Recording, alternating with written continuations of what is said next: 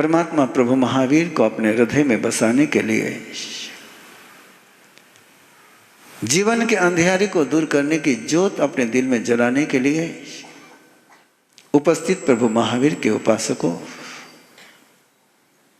दो में से एक चुनना पड़ता है। या तो कंफर्ट जोन को चुनो या सफलता को चुनो। जिन्हें सफलता के शिखर पर पहुंचना होता है उन्हें कंफर्ट को बाय बाय करना पड़ता है, और जिन्होंने कंफर्ट को चुन लिया उनके जिंदगी में से सफलता बाय बाय हो जाती है, करनी नहीं पड़ती है। कंफर्ट और सफलता दोनों साथ में कभी चल नहीं सकती है। और इस सच्चाई का यदि पूरा 100% का जिक्र देखना हो, प्रभु महावीर पारणा कर करके चले हैं। चलते चलते रास्ते में एक आश्रम आया। उस आश्रम का कुलपति राजा सिद्धार्थ परमात्मा के पिता का परिचित था, और बहुत सारे आश्रम उस समय थे। हर आश्रम का कुलपति ये चाहता था कि वर्धमान मेरे आश्रम में दीक्षा ले। कोई राजकुमार दीक्षा ले, कितनी कीर्ति बढ़ जाएगी मेरी। कई धर्माचार्य भगवान पार्श्वनाथ की परंपरा क्या सोच रहे थे कि क्या मौका मिल जाए कि होने वाले तीर्थंकर का गुरु बनने का सौभाग्य मिल जाए। लेकिन सत्य का एक दूसरा आयाम है, जिसको अपनी दुनिया बनानी होती है वो किसी दुनिया का मेंबर बनकर के कदम नहीं उठाता है। जिसको अपनी व्यवस्थाएं निर्माण करनी होती है वो किसी व्यवस्था का अंग बनकर के कभी व्यवस्था को निर्माण कर नहीं पाता है। जो विरासत के भरोसे चलते हैं वे कभी विरासत सौंप करके जा नहीं सकते। जिन्हें विरासत सौंपनी होती है उन्हें विरासत से छूट करके ही चलना पड़ता है। और जब परमात्मा ने दीक्षा ली, बहुत सारा चक्का लग जाता है कि क्या समझता है इसको योग में, क्या करेगा ये साधना बिना गुरु के। ये कोई रास्ता ऐसा है कि बिना किसी के आलम बन के चला जा सके। लेकिन महावीर चले थे अपने ही बदबोल पर। नजर भी उनकी अपनी थी, नजारे भी उनके अपने थे, रास्ता भी उन्होंने ही बनाया था और अपने कदमों के बल पर चले थे। महावीर वही होते हैं जो अपने ही नजर से देखते हैं। महावीर वही होते हैं जो अपने ही नजारे अपने बल पर खड़े करते हैं। महावीर वही होते हैं जो अपने चलने का रास्ता ऐसा बनाते हैं कि सदियों तक उस रास्ते पर लोग चलते ही रहते हैं। इसलिए महावीर कहीं पहुंचे नहीं, लेकिन द्विजंत के आश्रम के पास जब पहुंचे तो आश्रम के जो लोग थे उन्होंने खबर दी कि वर्धमान इधर आ रहा है। तो आश्रम के कुलपति को लगा चलो दीक्षा लेने के लिए नहीं तो शिक्षा लेने के लिए तो आ रहा है। शायद उसको एहसास हो गया होगा कि बिना किसी के गाइडेंस के मैं इस रास्ते पर कदम नहीं बढ़ा सकता। और द्विजंत के आश्रम के कुलपति ने आगे आकर के वेलकम किया, और वेलकम किया तो परमात्मा ने भी इसके वेलकम को रिस्पॉन्स दिया, गले मिले। द्विजंत ने आश्रम में लाया और पहली बार झटका लग गया उसको कि बैठने के लिए कहा तो बैठे नहीं, खाने के लिए कहे तो खाए नहीं, पीने के लिए कहे तो पिए नहीं। आया किस लिए पूछा, बोले मैं खाने के लिए नहीं चला हूं, मैं पीने के लिए नहीं चला हूं, मैं बैठने के लिए नहीं चला हूं, जब तक मंजिल पर नहीं पहुंचूंगा तब तक मैं थमने का नाम नहीं लूंगा। और उसके शब्द सुन करके आश्रम के सारे सन्यासी ये क्या बात कर रहे हैं, बिना अनुकूलता के, बिना सुविधा के कैसे चलोगे तुम? और वर्धमान तो वहां रुकने के लिए आए ही नहीं थे। वो दूसरे दिन वहां से चलने लगे तो आश्रम के कुलपति ने कहा कि वर्धमान, तुम्हें पता नहीं होगा लेकिन बता दूं कि 8 महीने तो तुम घूम सकते हो, लेकिन 4 महीने तुमको एक जगह रुकना होगा। परमात्मा ने मुस्कुराते हुए बात करी। मेरी विनती, मेरा निवेदन है, मेरी प्रार्थना है, बोले कि तुम 4 महीने मेरे आश्रम में आकर के रह जाओ। तुम जैसे चाहो वैसे तुम्हारी साधना चलेगी। यहां पर तुम्हें कोई दिक्कत नहीं आएगी, तुम्हें कोई असुविधा नहीं होगी, कोई तुम्हें डिस्टर्ब नहीं करेगा। मेरा आग्रह है, बोले एक बार मेरे आश्रम में साधना करके देखो, तुम्हारी साधना कैसी सिद्ध होती है। वर्धमान ने मुस्कुराते हुए सहज कहा कि देखूंगा, विचार करूंगा। और कुलपति को लगा कि आएगा। और कुलपति ने अपने आश्रम के सारे सन्यासियों को एक संकेत किया है, बढ़िया कुटिया बनाओ, ऐसी कुटिया बनाओ, ऐसी कुटिया बनाओ कि जो 4 महीने के लिए आ जाए वो जिंदगी भर यहाँ रह जाए। क्या आदमी सोचता है, जो महल छोड़ करके आया है वो कुटिया के प्यार में उलझ जाएगा। लेकिन आदमी का सोच, साथ में सन्यासियों को कह रखा है कि वर्धमान यहाँ आने के बाद तुम्हें जो भी जंगल में बढ़िया से बढ़िया रसीला फल मिले उसको वर्धमान को समर्पित कर देना है। भोर की वेला में पहले गाय का दूध जो निकलता है सबसे पहले कटोरे में लेकर के वहां देना है, पानी ला करके रख देना है। किसी बात के लिए वर्धमान को इधर उधर देखना नहीं पड़े, वो मांगे उसके पहले कल्प वृक्ष के सामने सारा तैयार रहना चाहिए। सन्यासी को भी लगा है कि वर्धमान के आश्रम में रह जाएंगे तो अपने आश्रम की कीर्ति ऊंची पहुंच जाएगी, जैसा आजकल के हमारा सोच बना हुआ है। जो आए गणमान्य जन, उनको धन्यवाद है, लेकिन धर्म सभा की ऊंचाई धर्म सभा के बल पर होती है। और आए महावीर जब लौट करके वहां आए तो स्वागत किया आश्रम में, बड़े शान से स्वागत किया है और ले जाकर के कुटिया बताई, आपको इस कुटिया में रहना है। वर्धमान ने देखा है ये क्यों इतनी व्यवस्था कर रहा है, इसके मन को देखा है, उसके अंदर के भावों को देखा है, आने वाले सारे परिस्थिति को देख लिया है। मन पर यह ज्ञान था, आज तो इसका मन ये है, कल इसका मन क्या होगा वो भी देख लिया है। कैसा ये पलटेगा, आज तो ये मुझे यहां रोकने के लिए कह रहा है, कल ये दिन रात माला गिनेगा कब यहां से जाता है। आश्रम में आकर के वर्धमान ने आषाढ़ी पूर्णिमा के दिन एक जगह चुनी और खड़े रह गए एक संकल्प के साथ कि मैं आषाढ़ी अमावस्या तक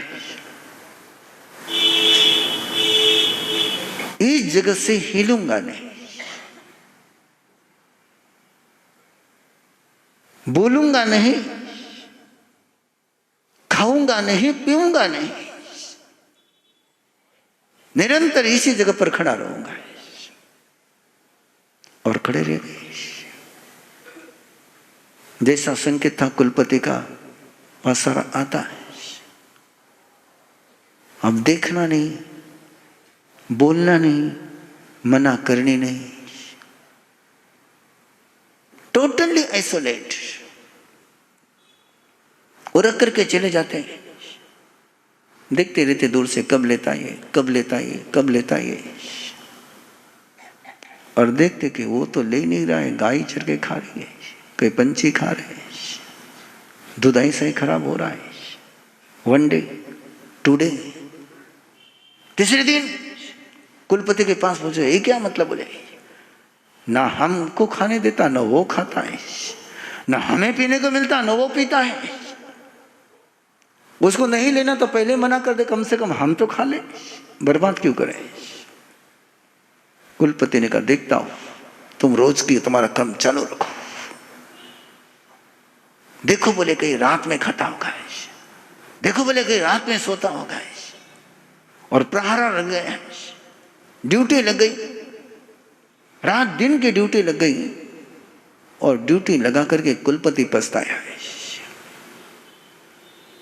सारे आश्रम के जो सन्यासी थे वो वर्तमान की भक्ति करने लगे, मत्था नमाने लगे। बोले ऐसा तो हमने अपने गुरु को कभी नहीं देखा है, ये साधना तो हमने हमारे गुरु ने सिखाई नहीं। हम तो 3 घंटे खड़े नहीं रह पाते नहीं, ये तो 24 आवर्स बिल्कुल बिना पलक झपकाए खड़ा की खड़ा है, खड़ा की खड़ा है। ये कहां से हठ योग सिखाया इसने? 3 प्रहर तक कोई, 1 प्रहर तक कोई खड़ा रह जाए तो हठ योग कहता है कि अद्भुत घटित हो जाएगा। और ये तो 24 घंटे खड़ा है, न खाता है, न पीता है, न सोता है, न बोलता है, न चलता है, न बैठता है। और वो आप भक्ति से ला करके रखने लगे। इतने दिन लाते थे कुलपति के आज्ञा के कारण से, अब भक्ति से ला कर रख रहे। कुलपति के पास बाद में जाता था, सबसे पहले वहां पहुंचता था। कुलपति को वंदन बाद में होता था, पहले वंदन वर्धमान को होने लगे। अरे यार मामला उल्टा हो गया यार। ये यहाँ रहेगा 4 महीने में, ये तो 8 दिन में मेरी सारी 27 में गड़बड़ा गई मामला। कहीं 4 महीने रह गया तो कहीं मुझे यहां से नहीं निकलना पड़ जाए। मन में भय। वो नेता चाहे जिधर का हो भय बनाए रहता है, घर का हो, गली का हो। सास को क्या डर रहता है? ये डर रहता है कि बहू के ज्यादा मास्टर हो गई तो मेरी सत्ता। बाप को यही डर रहता है कि सत्ता चली जाएगी। ये सारी अधिकार की लड़ाई, बाकी किसी की लड़ाई नहीं है। कई बहू आकर के सास को कह दे कि तुम्हारी सत्ता को मैं हाथ नहीं लगाऊंगी, तो सास तो देखो उसको बेटी से ज्यादा प्यार कर जाएगी। सत्ता सुरक्षित चाहिए, बाकी तुम छड़ी से छोड़ो। और कुलपति का आसन हिलने लग गया है। वो इंतजार करता है कि कब वर्धमान ये क्या कर रहा है यार।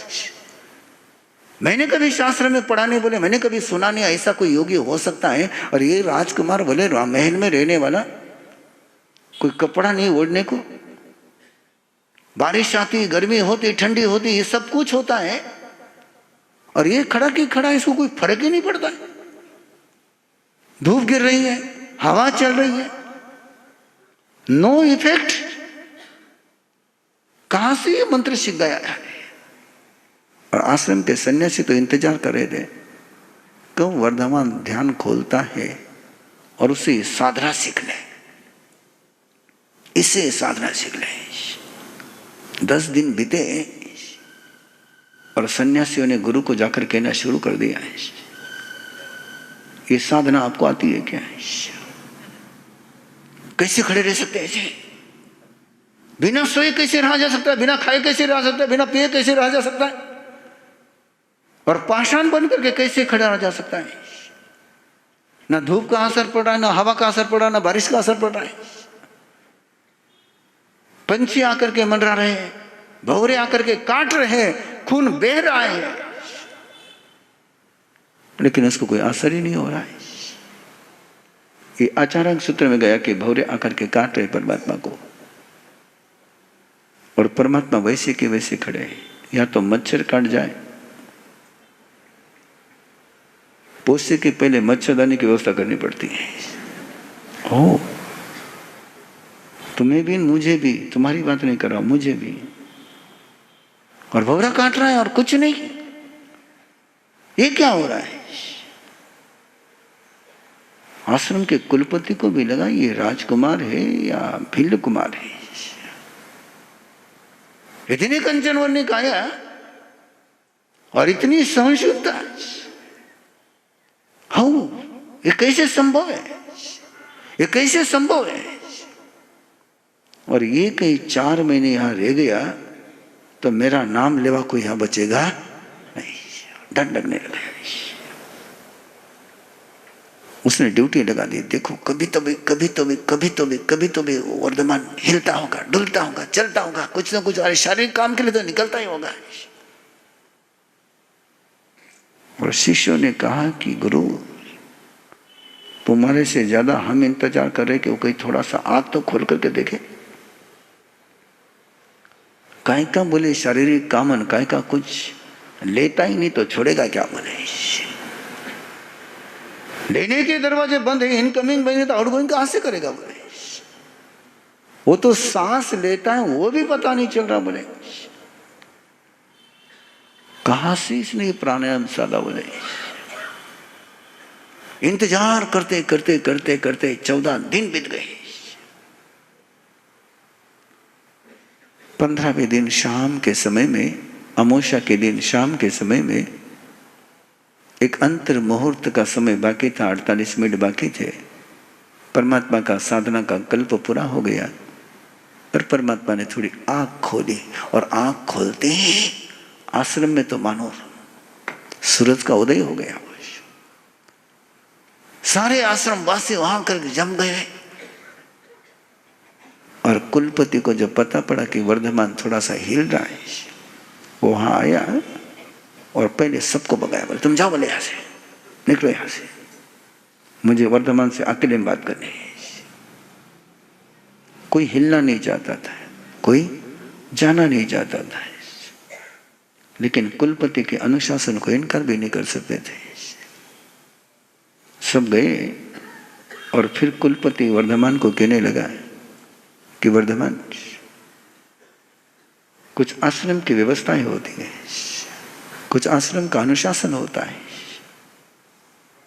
तुम कम से कम अनुशासन का तो पालन करो, न्यूनतम अनुशासन का। तुम्हें बाकी कुछ बोल ही नहीं रहे। तुम्हें में खाना है खा लो, नहीं खाना है मना करो।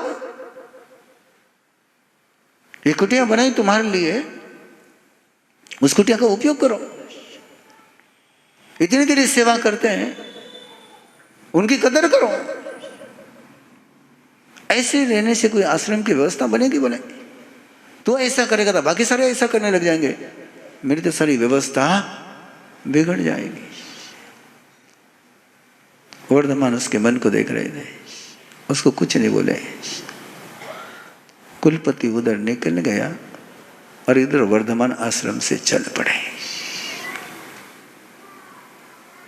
5 प्रतिज्ञा लेकर के चल पड़े कि जहां मेरे रहने के कारण से किसी के मन में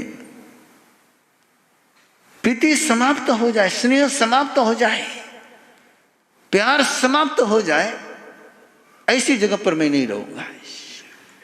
आप भी ले सकते हो कि मैं ऐसी जगह पर ऐसा ही रहूंगा कि मेरे रहने के कारण से किसी का प्यार समाप्त नहीं। अरे अपन रहे तो प्यार बढ़ना चाहिए या घटना चाहिए? बढ़ना चाहिए। प्यार बढ़ेगा तो अपने को प्यार मिलेगा, और अपने रहने से प्यार घटने लग जाए तो नफरत अपने को झेलनी पड़ेगी। पहला संकल्प लिया परमात्मा ने कि जहां मेरे रहने के कारण से किसी को अप्रीति हो जाए, मैं किसी की आंख में चुभने लग जाऊं, किसी को मैं डिसलाइक होने लग जाऊं, तो मैं ऐसी जगह पर नहीं रहूंगा।